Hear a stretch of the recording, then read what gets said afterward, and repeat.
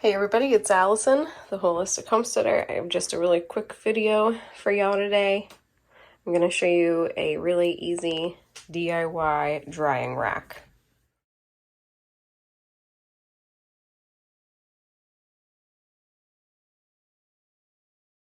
Alright, so I picked some basil earlier this morning, and I don't really have an official drying rack because what I use is something DIY I came up with a few years ago, and it works really conveniently and it's cost free, so you know how much I love that.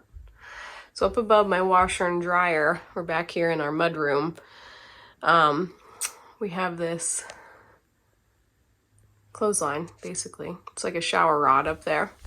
And if you can see, I have taken just an elastic hairband and I put just a clip, a D-ring, I guess, is the equivalent. I don't think that's exactly what those are called, but that's the gist of it.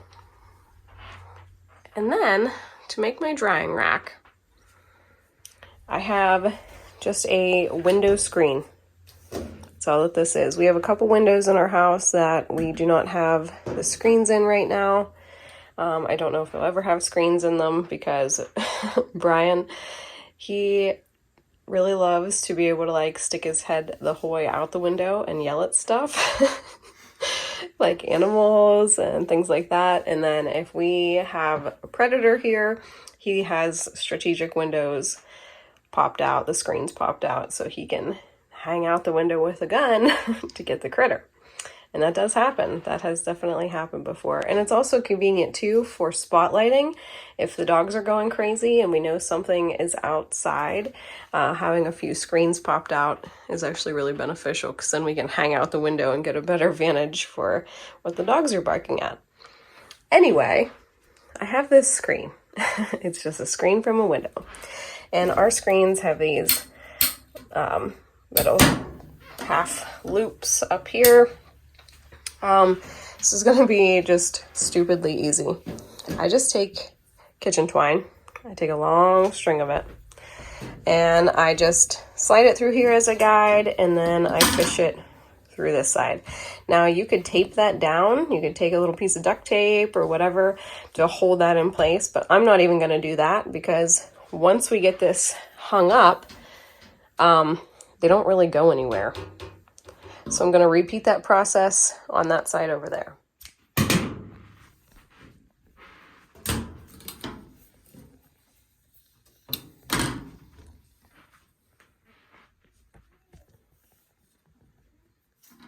Then what I do is I'm going to try to get the knot that I made at about the same height. So right here.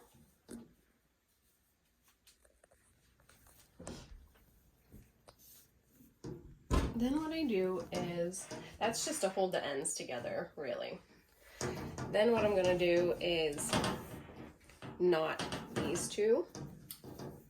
And you want to make sure that you pay attention to the distance from your D-ring to however much height clearance. I know this is an unusual setup because this is right above our washer and dryer, but this is just what works for us. So I'm just going to tie up these loose ends so they're not hanging everywhere. And then you can see we have a suspended drying rack. This just gets hooked up here. And I might have to replace, that's just a simple elastic hairband, just like this one that I pulled out of Harper's hair to show you, just a goodie hairband. That's all I have wrapped up there and then looped through. So you want to take the time to make sure it's kind of level. Okay.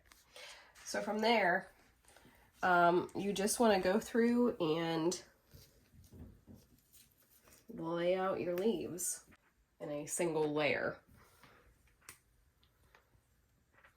Make sure to, any leaves that are badly bruised or beaten up, bug bitten, you kind of want to look through them as you go. I'll get rid of that one. Anything that looks rotten. Just not well. And you want to make sure to harvest your leaves when the dew has come off in the later morning or in the late evening before the dew comes on. You don't want to harvest wet anything, really. So we're just gonna continue to spread these out. Because our house is very dusty, what I think I'm gonna do is I'm gonna take a piece of parchment paper and I'm just gonna lay a piece of parchment paper over the top of this, and the air will still get up through and get down through a little bit, but I'm hoping it will eliminate some of the dust that we get on our drying rack.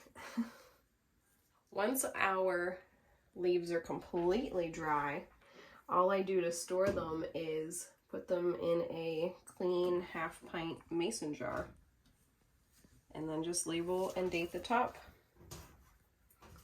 So Harper and I grabbed a piece of parchment paper, and literally all we're gonna do is just lay it right over the top.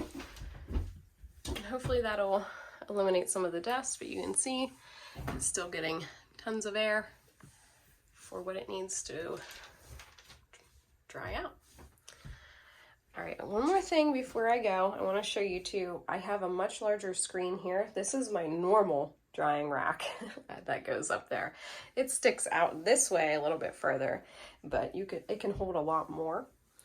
So that's the one that I normally use, but just look around for things, you know, that you already have that you don't have to spend money on. That's what we really love to do here. All right, everybody, I hope you have enjoyed this DIY herb drying rack video. We will see you next time. Bye.